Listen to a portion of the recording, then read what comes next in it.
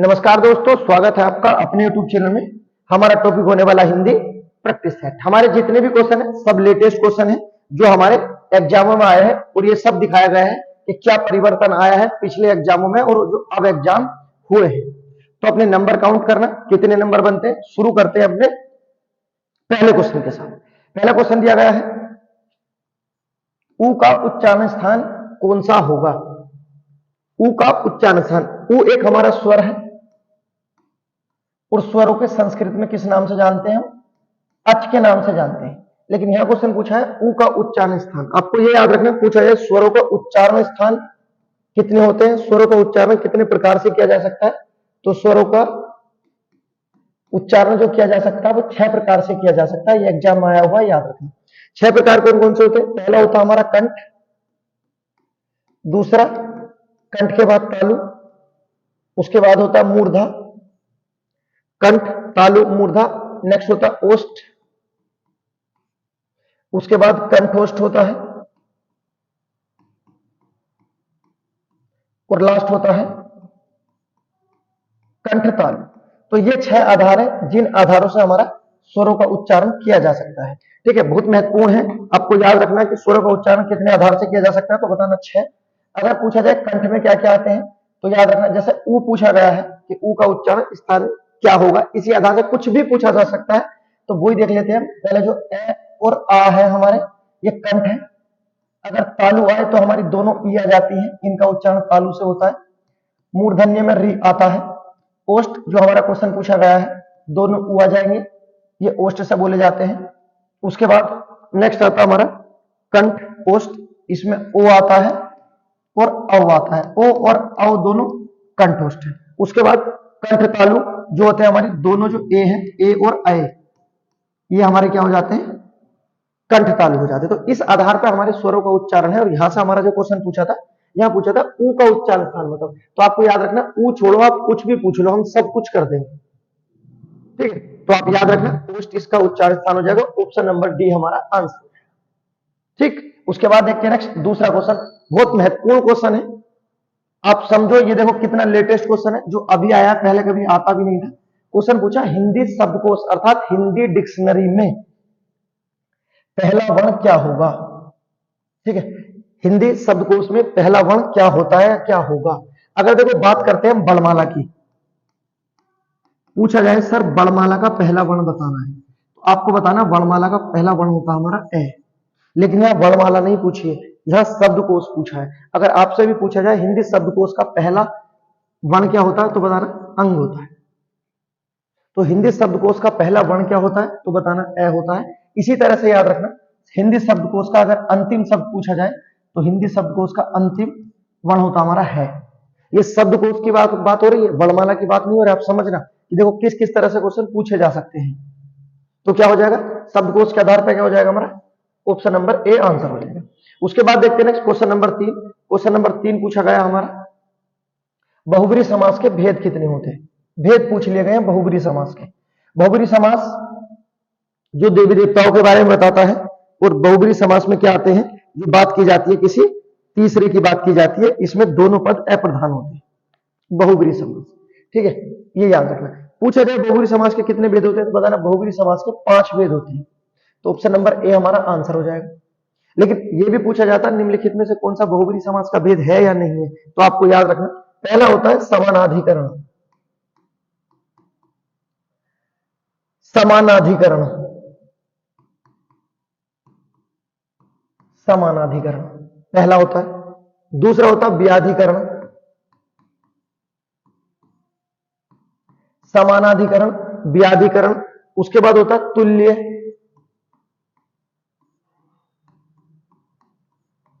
तुल्य योग। उसके बाद आता है व्यतिहार, व्यतिहार। यह हमारे एग्जाम में पूछा गया कि व्यतिहार किस समास का अंग है, तो कहना बहुब्रीहि समास का। ठीक है, और लास्ट कौन सा बचा, लास्ट बचा प्रादि बहुब्रीहि समास।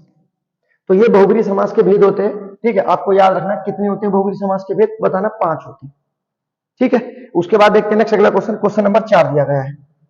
बिल्कुल बेसिक क्वेश्चन है, देवी देवताओं को समर्पित होने का बोध किस कारक में होता है, कारक सा क्वेश्चन है।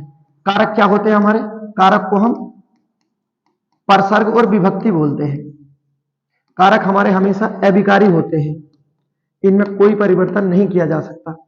कारक के भेद पूछे जाएं तो बताना, कारक के भेद 8 होते हैं, जबकि जो हमारे समास अभी हमने कंप्लीट करा है, समास में कारक के भेद कितने होते हैं तो बताना 6 होते हैं। पहला और अंतिम समाप्त हो जाता है। ठीक है, क्वेश्चन क्या है, देवी देवताओं को समर्पित की जाने वाली चीज किस में आएगी, किस समास में, समास नहीं कौन से कारक में आएगी। तो कारक से क्वेश्चन है, याद रखना, जो हमारा देवी देवताओं को जब कोई चीज समर्पित कर दी जाती है तो कौन सा होता है, ये हमारा संप्रदान कारक होता है। ठीक है, कर्म कारक में क्या होता है, इसमें भैया कुछ मांगने का बोध होता है।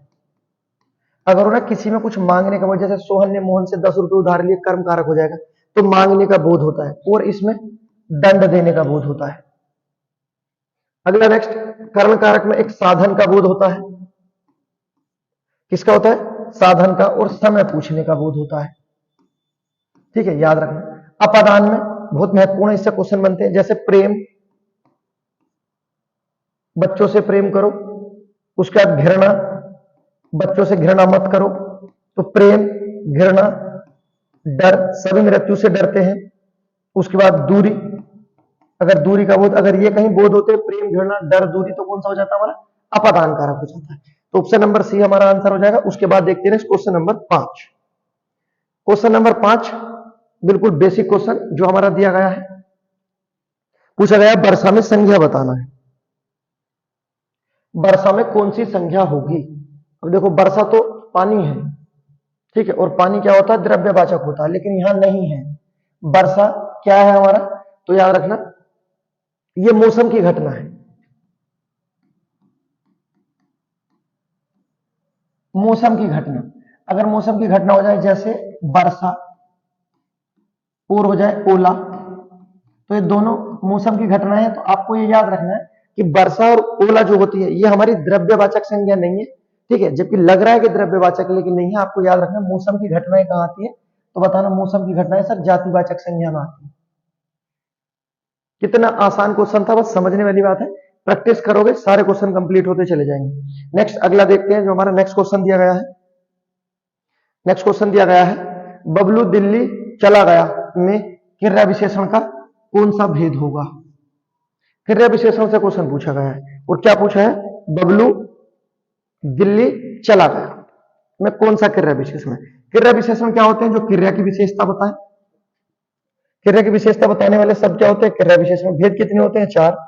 कौन से होते हैं, तो याद रखना, रीतिवाचक, जिससे एक तौर तरीके और ढंग का पता चलता है, हम क्वेश्चन करते हैं कैसे से। दूसरा होता है कालवाचक, काल से क्या पता चलता है, एक समय का, और क्वेश्चन करते हैं हम कब से। अगला होता है स्थानवाचक, जिससे एक जगह का पता चलता है, और क्वेश्चन करते हैं हम कहां से। और लास्ट होता है परिमाणवाचक, और क्वेश्चन करते हैं कितना।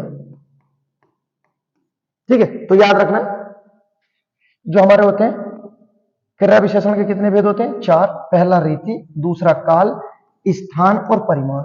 और इनकी पहचान इससे होती है, जैसे रीति तौर तरीके ढंग से, जैसे बस धीरे धीरे चलती है, तो बस कैसे चलती है, धीरे धीरे, इसमें हो जाएगा रीतिवाचक। काल में क्या है, काल में आ जाएगा, जैसे सोहन सुबह को पढ़ता है, तो कब पढ़ता है, हम कहेंगे सुबह को पढ़ता है, तो एक समय का पता चल जाएगा। एक स्थान, ठीक है, कहां से क्वेश्चन करते हैं, जैसे सोहन दिल्ली गया, यहां देखो यहीं पे लिखा हो, बबलू दिल्ली चला गया, तो एक स्थान का पता चला, कौन से स्थान का, दिल्ली, तो स्थानवाचक हो जाएगा। कौन से ऑप्शन में दे रखा, ऑप्शन नंबर सी हमारा आंसर हो जाएगा।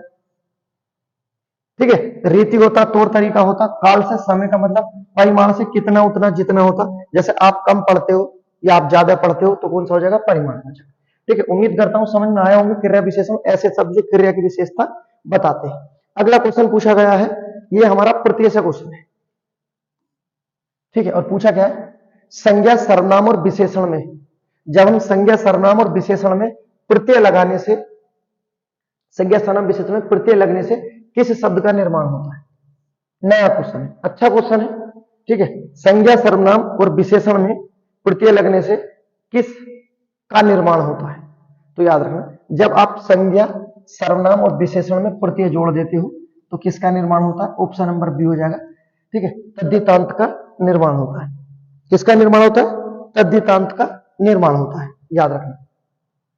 उसके बाद अगर क्वेश्चन होता कि जब कभी क्रिया और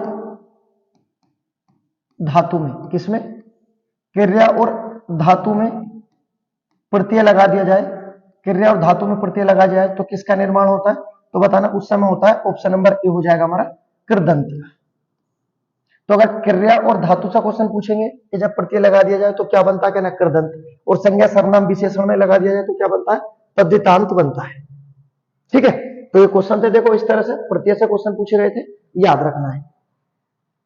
उसका प्रत्यय से तो अलग अलग तरह से क्वेश्चन पूछे जाते हैं कि प्रत्यय के कितने भेद होते हैं, या इस तरह से पूछ लेते उपसर्ग के कितने भेद होते हैं, तो प्रत्यय के 2 भेद होते हैं। कितने भेद होते हैं प्रत्यय के, याद रखना 2 भेद होते हैं। पहला कौन सा होता है, कृत प्रत्यय, और दूसरा होता है आपका तद्धित प्रत्यय। ठीक है, और यहीं से क्वेश्चन पूछा गया था, जो तद्धित प्रत्यय होते हैं किसके साथ आते हैं, संज्ञा सर्वनाम और विशेषण, ये तद्धितांत में आते हैं। ठीक है, और इनमें जब आपका प्रत्यय लगा दिया जाता है तो क्या बन जाता है, तद्धितांत बन जाता है। नेक्स्ट क्वेश्चन देखते हैं, क्वेश्चन नंबर 8। क्वेश्चन पूछा गया है योगरूढ़ शब्द क्या होते हैं। योगरूढ़ शब्द की परिभाषा पूछ ली मैंने आपसे, कई बार पूछा है, परिभाषा पूछी जाती है, और यहां पर सीधा सा पूछा गया है योगरूढ़ शब्द क्या होते हैं, इनकी परिभाषा क्या होती है। पहला दिया गया है जिन शब्दों का खंडन ना हो सके इसे योगरूढ़ नहीं बोलते, इसे तो बस रूढ़ बोलते हैं। ऐसे शब्द जिनका खंडन ना हो सके उसे रूढ़ शब्द कहते हैं। अगला क्या है, जिन शब्दों का खंडन हो जाए, ये भी नहीं होगा, ऑप्शन नंबर बी भी गलत है, ये भी गलत है। 2 शब्दों के मेल से बनने वाले, ये भी गलत हो जाते हैं। ठीक है, ये तो यौगिक शब्द होते हैं 2 शब्दों के मेल से। ठीक है, अगला ऑप्शन नंबर डी अपने आप से हो जाएगा, जो शब्द विशेष अर्थ रखते हो उसे क्या कहते हैं, योगरूढ़ शब्द कहते हैं। ऐसे शब्द जो विशेष अर्थ रखते हैं क्या कहलाते हैं, योगरूढ़ शब्द कहलाते हैं। ठीक है, उसके बाद देखते हैं नेक्स्ट अगला question, question number 9। Question number 4 दिया गया है, 4 नहीं है 9 नंबर का दिया गया है, 4 ताकतवर मजदूर कार्य कर रहे में पदबंध क्या होगा। 4 ताकतवर मजदूर कार्य कर रहे हैं में कौन सा आपका पदबंध होगा। पदबंध से क्वेश्चन है और आते ही रहते हैं पदबंध से क्वेश्चन, ये याद रखना। पदबंध के कितने भेद होते हैं, तो बताना पदबंध के 5 भेद होते हैं। कितने भेद होते हैं पदबंध के, 5 भेद होते हैं। 5 भेद बहुत इंपॉर्टेंट है, आपको याद रखना। देखो 4 तो ऑप्शन में दे रखे, संज्ञा पदबंध, विशेषण पदबंध, सर्वनाम और क्रिया विशेषण पदबंध। एक अलग सा होता है 5वां, आपको याद रखना, क्रिया पदबंध। ठीक है, तो ये हमारे पदबंध के भेद होते हैं 5। क्वेश्चन क्या पूछा है, 4 ताकतवर मजदूर कार्य कर रहे में पदबंध क्या होगा। अगर इस तरह से क्वेश्चन पूछा जाए तो बताना इसमें होगा आपका संज्ञा पद। कौन सा होगा, संज्ञा पदबंध होगा। उसके बाद देखते हैं नेक्स्ट अगला क्वेश्चन जो हमारा दिया गया है, क्वेश्चन नंबर 10। क्वेश्चन नंबर 10 में क्या दिया गया है, यामा रचना कब लिखी गई। महादेवी वर्मा की रचना है, यामा कब लिखी गई, लेकिन उन्होंने सन पूछ लिया है कि यामा जो रचना है ये कब लिखी गई है। दे रखे 1930, 1982, 1936, 1988। तो यामा जो रचना है ये कब लिखी गई है, बताना 1936 में लिखी गई है। लेकिन अगर क्वेश्चन होता कि यामा को ज्ञानपीठ पुरस्कार कब दिया गया था, 1982 में इसे ज्ञानपीठ पुरस्कार दिया गया था। एक मिनट देख लेते हैं महादेवी वर्मा के बारे में, जितने क्वेश्चन बनते हैं समाप्त करते हैं। देखो देखते हैं, देखो महादेवी वर्मा के बारे में क्या क्या चीज दी गई है। इनका जन्म याद रखना कब हुआ था, 26 मार्च 1907। कहां हुआ था, फरुखाबाद में। मृत्यु कब हुई है, तो याद रखना 1947-87। कहां हुई है, प्रयागराज इलाहाबाद में। इन्हें बहुत सारे पुरस्कार मिले हैं, पुरस्कार एक बार देख लेते हैं जो दिए। 1942 में द्विवेदी पुरस्कार, 1956 में पद्म भूषण पुरस्कार, 1977 में कुमार विश्वविद्यालय द्वारा उपाधि दी गई, और 1982 जो सबसे महत्वपूर्ण है, जो एग्जाम में सबसे ज्यादा पूछा गया है, ज्ञानपीठ पुरस्कार। किस रचना के लिए, यामा के लिए। ठीक है, कब दिया गया, 1982 में। उसके बाद जो नेक्स्ट याद रखना आपको, ये ज्ञानपीठ पुरस्कार प्राप्त करने वाली हिंदी की पहली महिला थी। उसके बाद इनकी महत्वपूर्ण रचनाएं हैं, एक बार देख लेते हैं जो दिया गया है। जैसे कविता संग्रह दी गई है, कौन कौन सी है, निहार, रश्मि, निर्जा, संध्या गीत, उसके बाद दीप शिखा।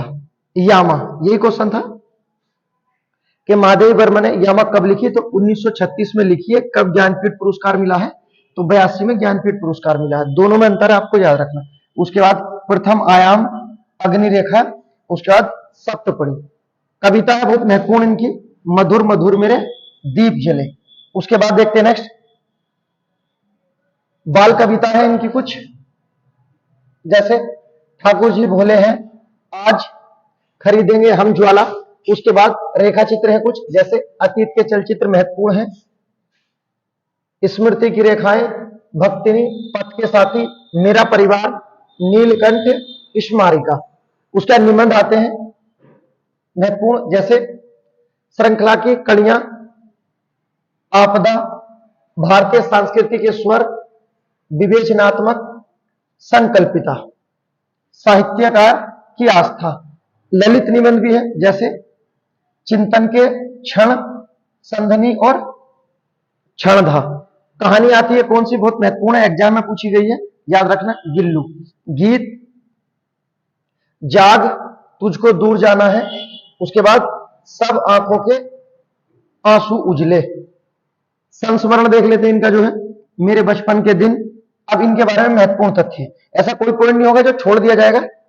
एक क्वेश्चन आया था, पूरा डिटेल में बता दिया महादेवी वर्मा के बारे में। देखो महत्वपूर्ण तथ्य में क्या है, छायावाद के 4 स्तंभों में सबसे महत्वपूर्ण है ये।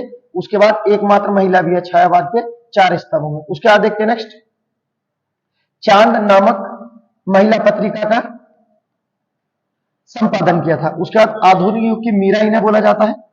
आधुनिक युग की मीरा किसे बोला जाता है, महादेवी वर्मा को। उसके बाद नेक्स्ट, कवि थे बहुत महत्वपूर्ण, सूर्यकांत त्रिपाठी निराला। इन्होंने हिंदी के विशाल मंदिर की सरस्वती कहा था महादेवी वर्मा को, ठीक है, नाम याद रखना।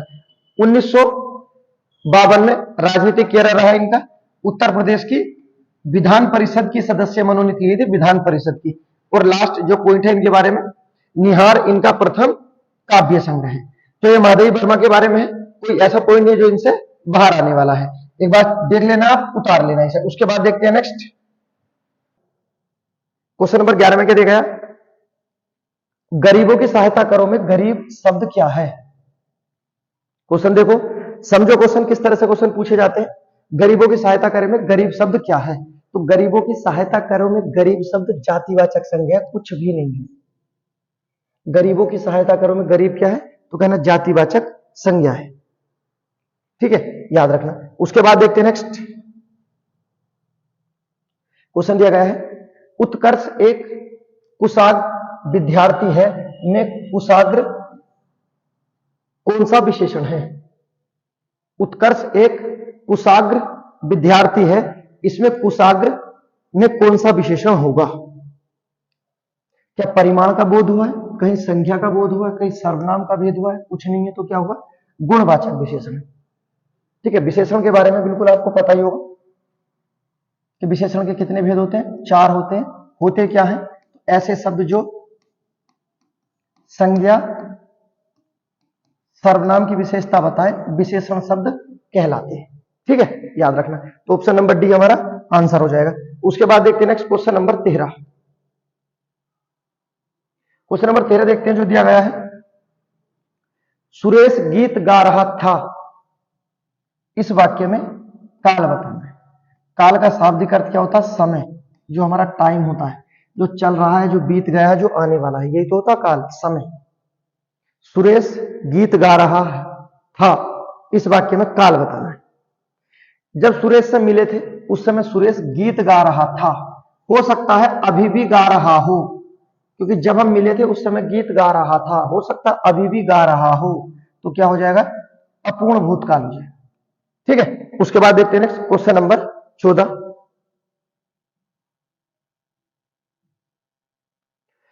देखते हैं क्वेश्चन नंबर 14 जो दिया गया है, ठीक समय पर आ जाना में कारक बताना है। रिपीट क्वेश्चन, कारक से क्वेश्चन पूछ लिया गया, ठीक समय पर आ जाना। अब बिल्कुल आसान और बेसिक, में पर का प्रयोग किस में होता है, अधिकरण में होता है, तो आप लगा दो इसमें, तो आप कारक चिन्ह के आधार पर भी लगा सकते हो, अधिकरण कारक। उसके बाद देखते हैं next, question number 15। Question number 15 में क्या दिया गया है, क्वेश्चन पूछा है वचन से और वचन की परिभाषा पूछ ली। वचन किसका बोध कराते हैं, वचन किसे कहते हैं, ये हमारे वचन से क्वेश्चन पूछ लिया गया है। वचन की परिभाषा क्या होती है, तो वचन के बारे में याद रखना कि वचन एक विकारी शब्द होते हैं।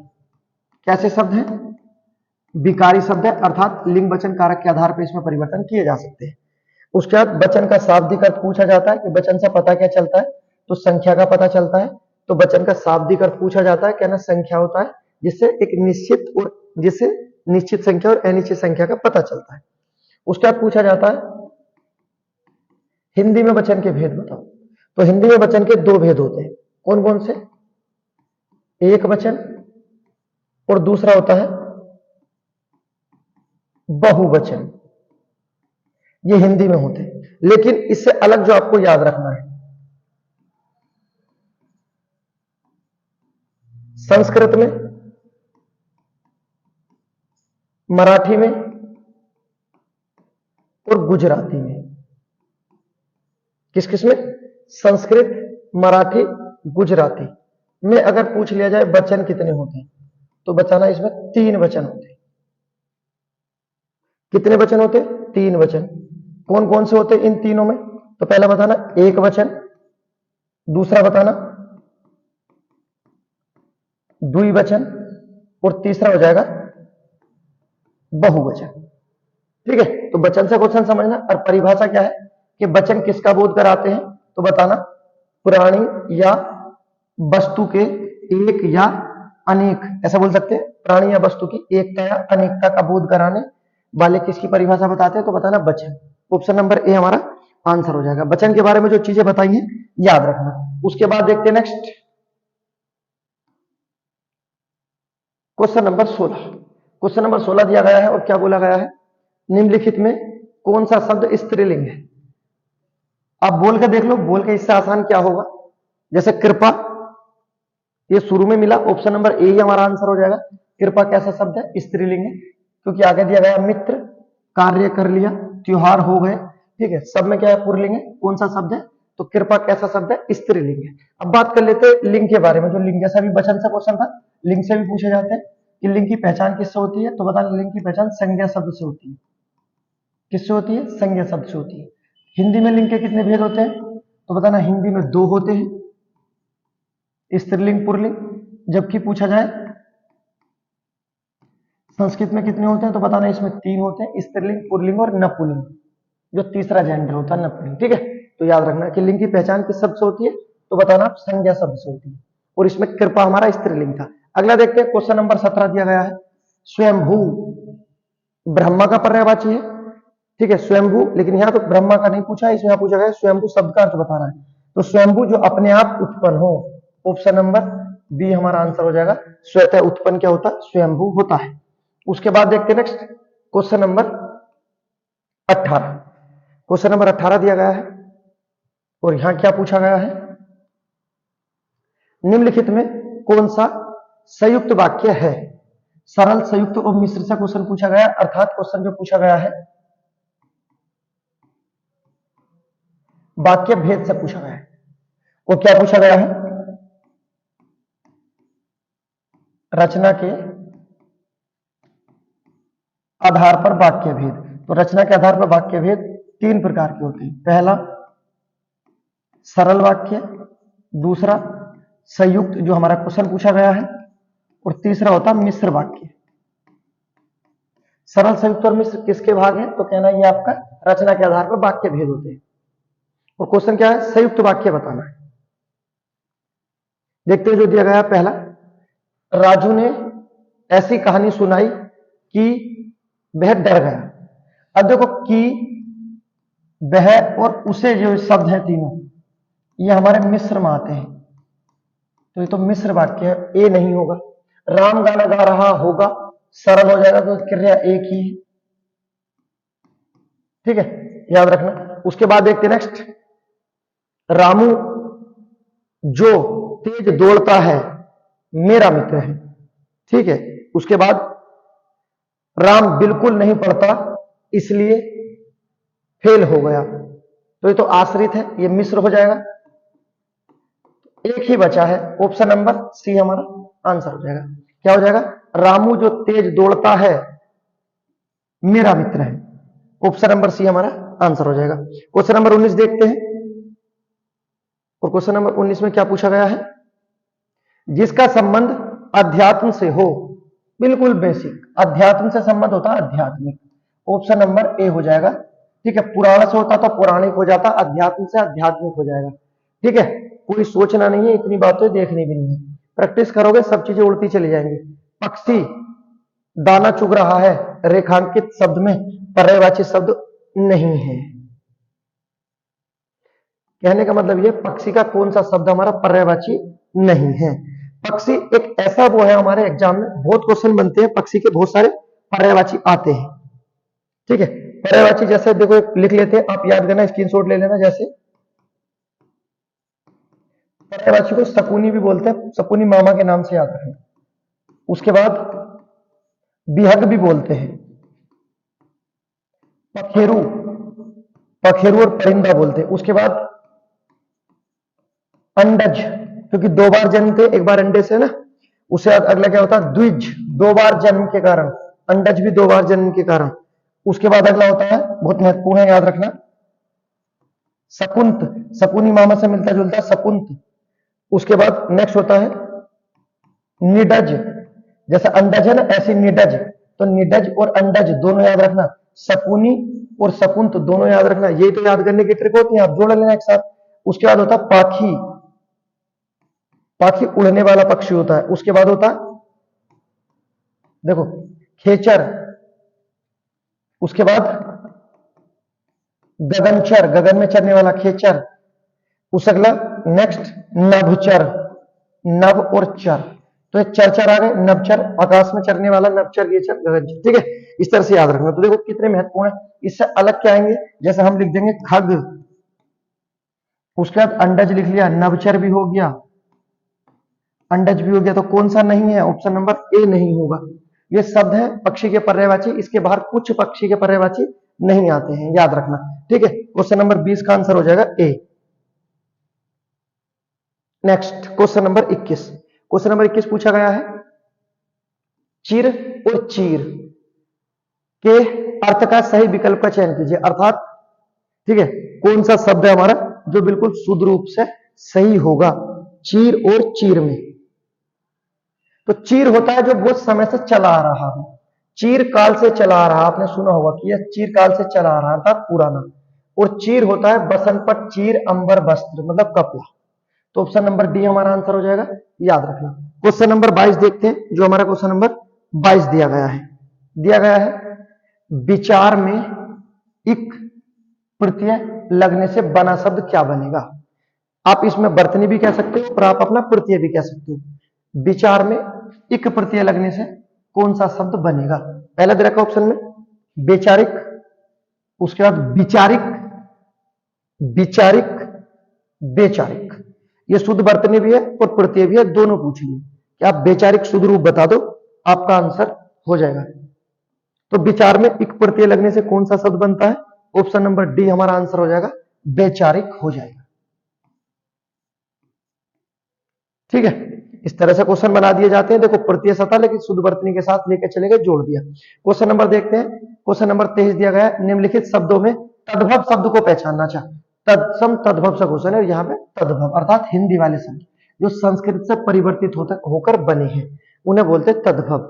और यहाँ पर पूछा कौन सा शब्द हमारा तद्भव है। पहला दिया गया पाषाण, ये तो हमारा तत्सम है। कंकड़, ये दिया गया हमारा तत्सम है। प्यास, यही हमारा आंसर हो जाएगा, तद्भव है, क्योंकि इसका जो तत्सम होगा ये तो पिपासा होती है, पिपासा अर्थात प्यास। उसके बाद पक्ष जो होता है, पक्ष हमारा ये तत्सम है, इसका तद्भव पूछा तो क्या होगा? पक्ष का होगा पंख। क्या हो जाता है? पंख हो जाता है, पक्ष का याद रखना है। यहां दिया गया है कण, इसका तद्भव रूप क्या होगा? तो कहना कंगन हो जाएगा। पाषाण क्या होता है? पत्थर होता है। तो ये याद रखना किसका क्या तत्सम तद्भव होते हैं, यही रिपीट होते रहते हैं एग्जाम में, यही चलते रहते हैं। नेक्स्ट, निम्नलिखित में से कौन सा तत्सम है? पहले तद्भव पूछा, अब तत्सम पूछ लिया। ये तो पहचान होती है। यदि किसी पर चंद्रबिंब दिया जाए तो सीधा सा कौन सा होता है, वो हमारा हिंदी का होता है, क्योंकि ये पहचान होती है। और वैसे भी सर्प होता है तत्सम, ये तो सांप लिखा है। उसका चिन्ह वीणा या विष्णु है। अब बताओ कौन सा सही होगा, हो सकता है आप इसके बारे में गलत कर दो। तो जो तत्सम है हमारा, जो संस्कृत का शब्द होता है, इसका अर्थ होता है विष्णु। ऑप्शन नंबर डी हमारा आंसर होगा। ठीक है, बात कर लेते हैं सर इसका तद्भव बताओ क्या होगा फिर। ठीक है, तो विष्णु का जो हमारा तद्भव होगा ये होगा अचरज, मतलब आश्चर्य। ठीक है, ऑप्शन नंबर डी हमारा आंसर हो जाएगा। देखो अगर तत्सम तद्भव मुहावरे गलत हो रहे हैं तो बहुत गलत हो रहा है, ये तो गलत नहीं होने चाहिए। उसके बाद देखते हैं क्वेश्चन नंबर 25, और 25 हमारा लोकोक्ति से है। ठीक है, क्वेश्चन क्या पूछा गया है, चूहे के चाम से नगाड़े नहीं मंडे जाते। बिल्कुल सही बात है, अच्छा है, बिल्कुल हर एक विद्यार्थी पे फिट बैठता है। लोकोक्ति पूछिए, लोकोक्ति कौन सी भाषा का शब्द होती है, तो कहना सर ये संस्कृत भाषा का शब्द है। और इसका अर्थ क्या होता है, लोगों की उक्ति। कौन सी भाषा का है लोकोक्ति, कहना संस्कृत के होते हैं। ठीक है, उसके बाद लोकोक्ति होता क्या है, तो कहना ये पूर्ण वाक्य होता है, अर्थात पूर्ण वाक्य का एक अर्थ होगा वो लोकोक्ति होगी। जबकि मुहावरा पूर्ण वाक्य नहीं होता, मुहावरा तो वाक्य का अंश होता है, जबकि लोकोक्ति पूर्ण वाक्य होते हैं। ये इन दोनों में अंतर है। मुहावरा अरबी भाषा का होता है, लोकोक्ति संस्कृत भाषा का है, आपको याद रखना है। अब यहाँ क्या दिया गया है, चूहे के चाम से नगाड़े नहीं बजे जाते। ये स्टूडेंट पे बिल्कुल फिट बैठता है कि क्या होता है, सीमित साधनों से बड़े काम नहीं होते, सीमित साधनों से बड़े कार्य नहीं होते। ऑप्शन नंबर डी हो जाता है कि अगर आप तैयारी कर रहे हो, आप पूरी चीजें अपने पास सारी व्यवस्था के साथ लेके बैठो, हर सब्जेक्ट के पूरे परिपक्व नोट होने चाहिए, उसके बाद कार्य होता है। लेकिन अगर आपके कुछ सब्जेक्ट अधूरे हैं तो ये मुहावरा पर सटीक बैठेगा कि चूहे के चाम से नगाड़े नहीं मंडे जाते, अर्थात सीमित साधन होने के बाद आप बड़े काम नहीं कर सकते। ऑप्शन नंबर डी हमारा आंसर हो जाएगा। ठीक है, अगर वीडियो पसंद आई तो लाइक करें, सब्सक्राइब करें। उसके बाद मिलते हैं एक और जोरदार वीडियो के साथ, तब तक के लिए गुड बाय।